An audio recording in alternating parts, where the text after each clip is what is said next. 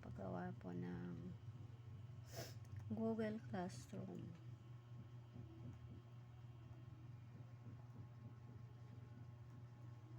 Pasensya na po kasi ang internet connection namin dito ay mahina po.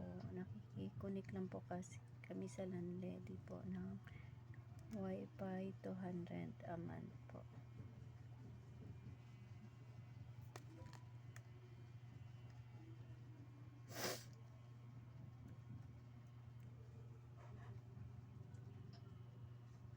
Okay, punta muna dito tayo sa Google.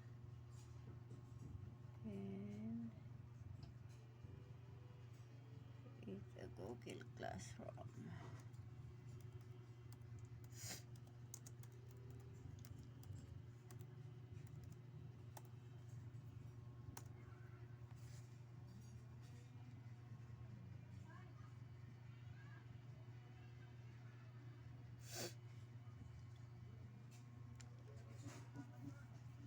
Based on my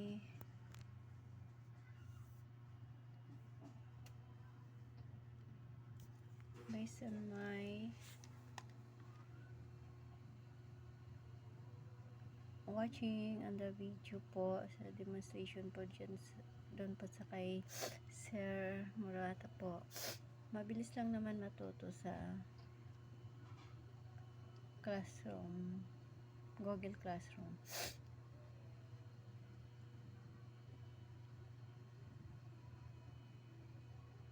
Kailangan open mo yung dito, kailangan open mo to, then login natin ang ating email account, Gmail account. Loading po. Then Google Classroom, view page, create a Google Classroom. Dito po ilalagay ang ating Gmail po. Then syempre pag tayo po ang gumawa, kailangan po natin ng class code. Tayo po ang mag-provide ng class code po ng ating Google Classroom.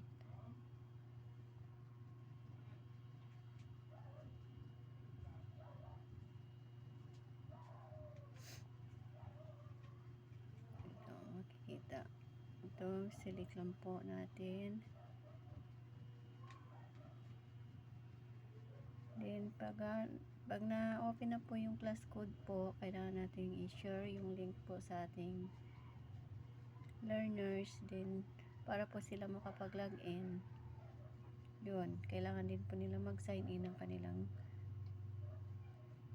Gmail account para po makapag-upload sila ng kanilang mga output. Kailangan po sa Google Classroom po may announcement po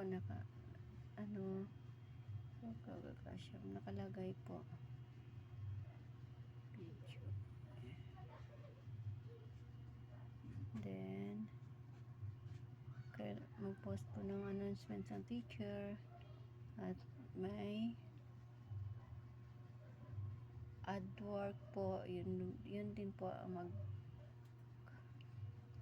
mag-upload ng kanilang mga work ang ating mga learners. Pwede rin po makapag-upload ng videos, pictures,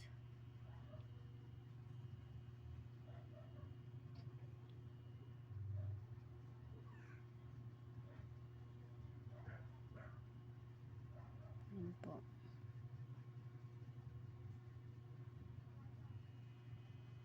Yan, dito makikita yung paano mo mga gamitin ng mga yung theme, yung title, pwede rin pong palitan ng kulay, customize. Mahina lang po ang internet namin, sir, ma'am, pagpasensya na po.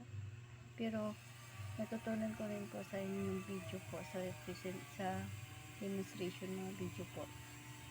Maaari kong i-apply sa aking mga future student or learners po. Thank you po for the learnings po.